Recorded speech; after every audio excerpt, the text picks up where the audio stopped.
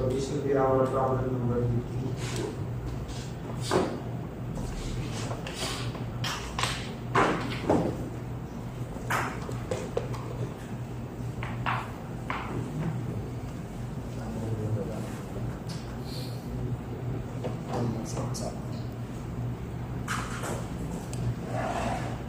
Okay, problem number 58 is a board exam problem. We're given three equal impedances. Say is equal to 30 plus J10. Connected to a 3-phase 60 Hz 208 volt line as shown. So, ano po yung ating Z? Ito, yung tatlong Z nila. Kung saan, we can say that the three impedances are connected with Y. C is Y connected.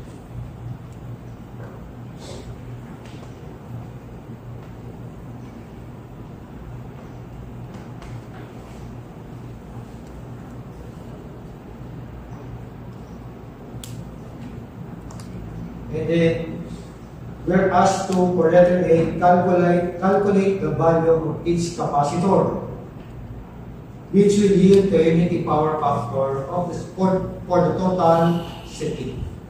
So, nakikita niyo naman po yung ating C. Ano po masasabi natin sa connection ng C? Ang C po natin naman ay tingnan niyo po yung C, nakadalta po yun. Kahit hindi siya mukhang delta, pero po ay delta connected. Kung ganito kayo, tinanong, kung i-redraw natin yan, bigay pares natin yan ganito.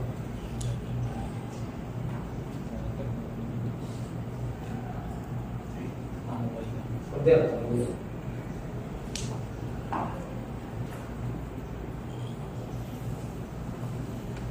Again, we are asked to compute for the value of each capacitor C. Ibig sabihin doon, hindi capacitance, which will yield to unity power factor for the total circuit. So, for example, ay hindi siya yung grammar hindi 100% grammatically correct. So, katulad nito, sabi, calculate the capacitor C. Ibig sabihin po nito ay capacitance. Kasi ang capacitor naman is impedance. The property is capacitance. So, huwag po ganun i-expect sa board exam na grammatically correct yung mga. Then whether we calculate the total line current when the total capacitors are presented in the circuit. So, ano kaya po ang una natin gagawin? First, i-simplify po natin ang ating circuit. Sa kung saan mas madali natin, of course, maintindihan o masosolve yung ating in the sense na paano natin siya i-simplify. Remember, ang ating pong Z ay Y at ang ating capacitor ay delta. So, ano pwede natin gawin? It is advisable to convert or to transform the delta capacitor 1 into its equivalent 1. Now, sir, bakit po yung delta ang gagawin natin Y? Bakit hindi yung Y ang gawin natin delta? Pwede naman. However, ano ang basis kung bakit ang delta ang i-convert natin? So, meron kasi dito tinatanong na current.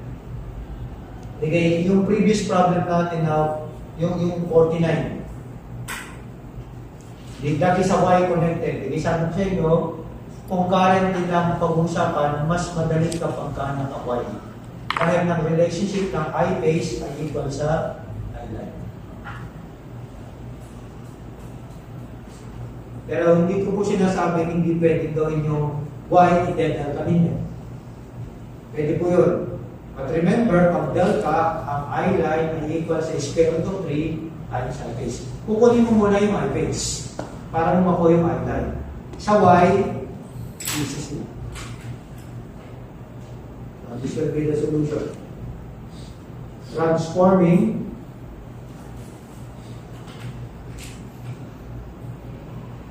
the delta connected capacitor bank into its equivalent one.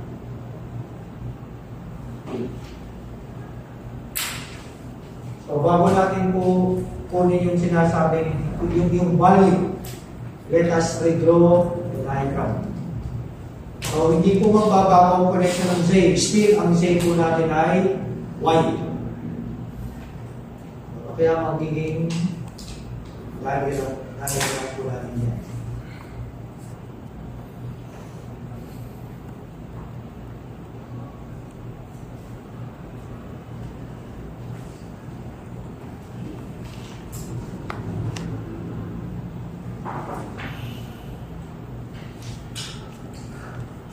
Ito yung isang phase o isang line.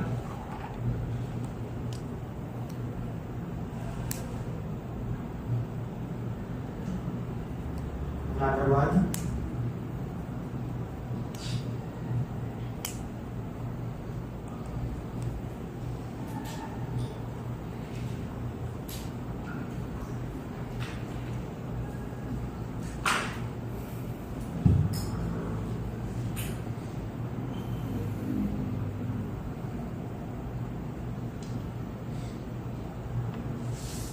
So yan.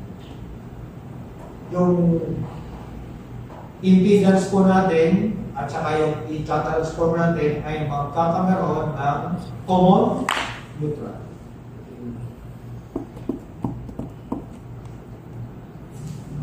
Ito yung ating capacitor. Ito po yung ating Z, and Z.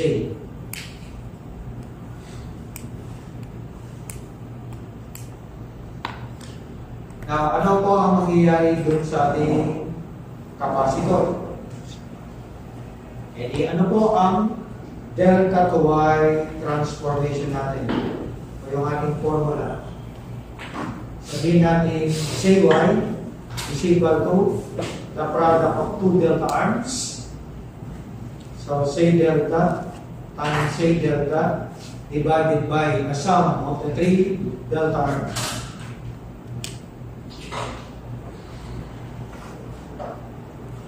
It is equal to negative JXC times negative JXC. Baka gawin yung C times C. Ang kinukonsider po natin ay reactance, not the capacitance. Divided by negative JXC minus JXC minus JXC. Ay baka po ang gawin niyo ay C times C divided by C plus C plus C. Mali po yan. So we need to use the capacitive reactance. And ano po ang equivalent nito?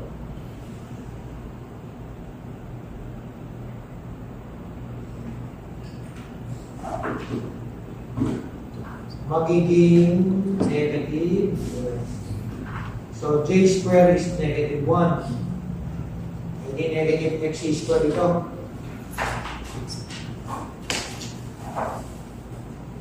So this is negative XC square divided by negative J3 XC. So siyempre, kakanselin na natin po itong negative dito. Pero take note na nasa baba yung J. I-normalize natin yan. Multiplied by J all over J. Then, mawawala na dito yung 2. Matatanggal naman dito sa baba ang XC. O shall we say, ang ZY po natin ay equal sa negative pa rin ito. Dahil J times J is J squared, negative 1. XC divided by 3. Kaya hindi ko muna nilagay po dito yung C, ay magiging negative J XC divided by 3.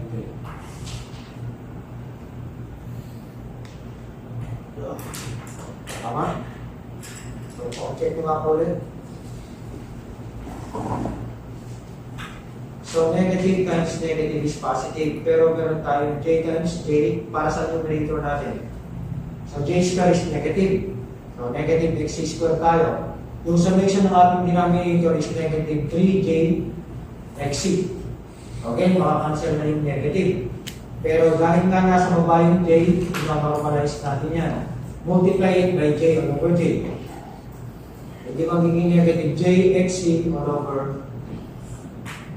Okay. Ngayon, kung okay na po tayo, ano po yung sunod natin gagawin?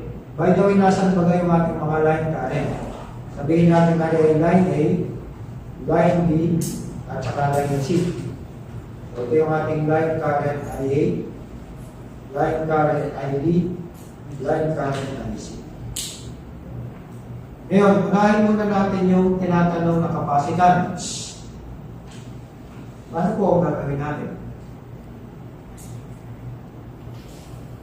Ngayon, ano po ang masasabi nyo sa connection nitong mga ito? Ng ating capacitor at saka ng ating Z? Parallel. Ngayon, meron po akong diniscuss sa inyo na isang quantity na applicable sa parallel circuit. At ano po itong quantity nito?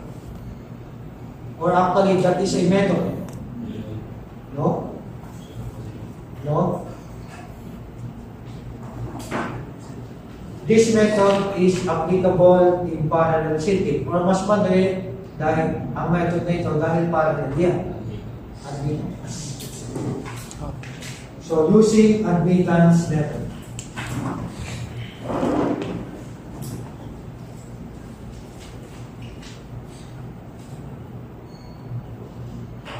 Well,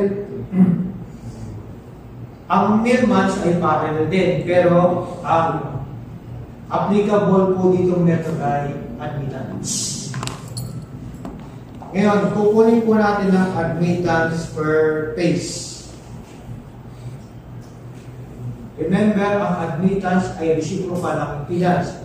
Kaya magkakameron tayo ng 1 all over Z plus 1 divided by negative J XC divided by 3. Ika po, ito yung ating diagram.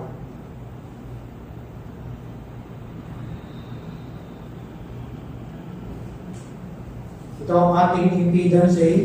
Ito naman yung ating negative JXC divided by 3. So, Y total is Y1 plus Y2 plus Y3.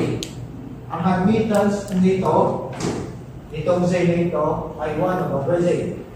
Ang admittance nito is 1 over negative JXC over 3. Now, let us simplify. 1 divided by ang given po na impedance natin ay 30 plus 18.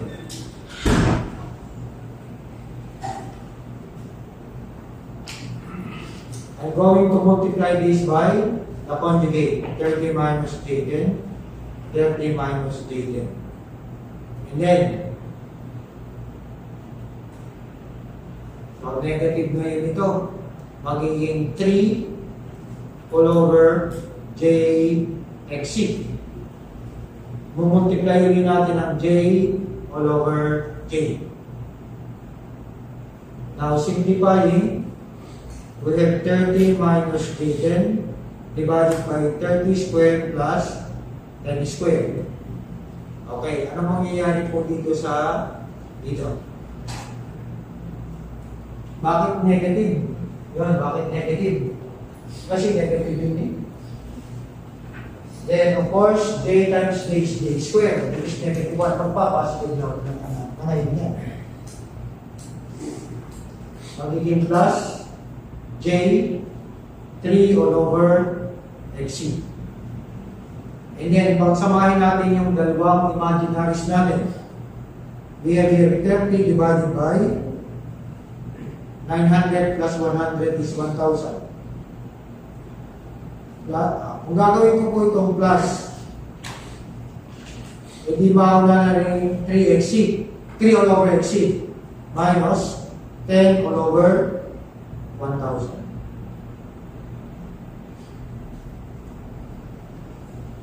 Okay, ginamitan po natin ng transformation, ginamitan natin ng admittance method. Ano pa ang pwede natin gamitin from single phase? Ano po ang sabi sa problem? Bubuhitan ko po ito ha.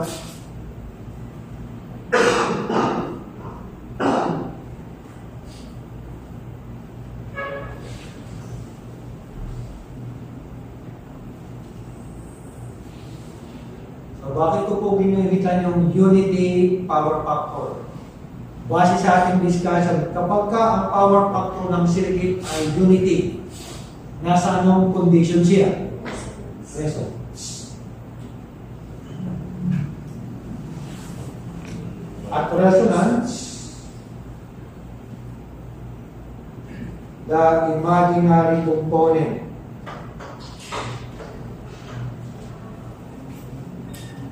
of admittance per phase natin is 0.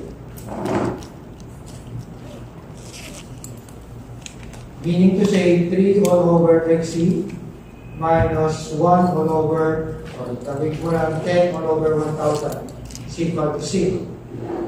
Or we have 3 all over XC is equal to 1 all over 100. For XC is equal to 300. Ito po ay per phase. Same question.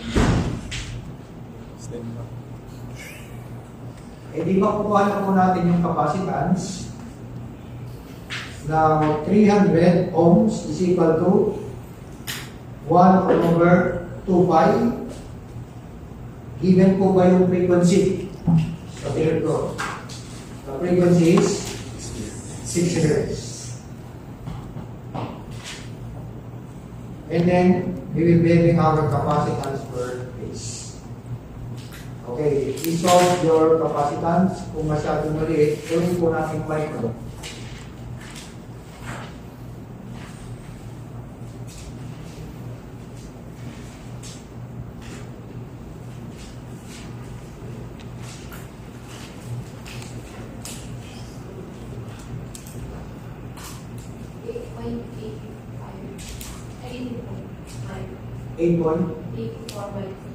Micro.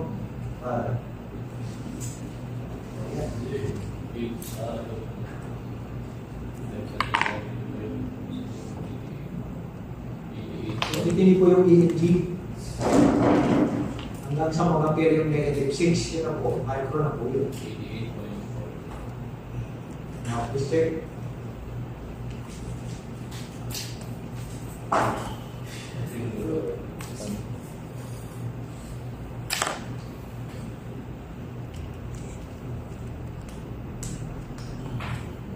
Ang capacitance ko ay 1 all over 300 times 2 pi times 60. 8.84 micro.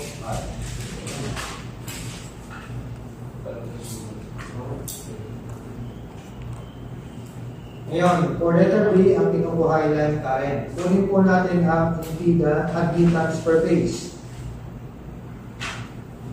Hindi ang admittance per phase natin yung 30 all over 1,000 lamang.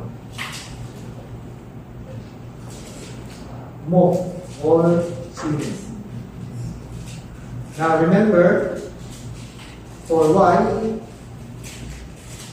ang I-line po natin ay equal sa its magnitude. So kunin na lamang po natin dito yung magnitude ng tinatawag na line current. So kung magnitude lamang po yan,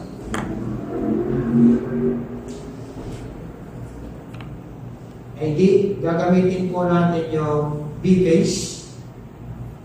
I-multiply natin sa admittance per phase. Ngayon, given ka po yung voltage natin. What is the voltage? 108. At yung 208, i-divide natin ang square root of 3. Okay. So, for Y, ang B phase is equal to B line all over square root of 3. And then times 3 all over 100. And that is equal to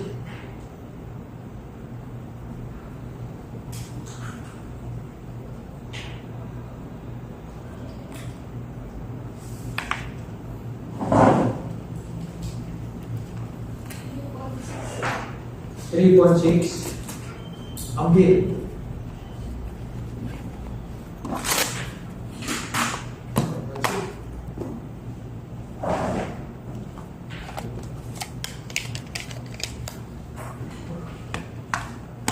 Tignan nyo from dito sa problem nito, ilang topic ang in-integrate natin: resonance, admittance, transformation. Siyempre, kasama natin yung mga nilin sa kanila.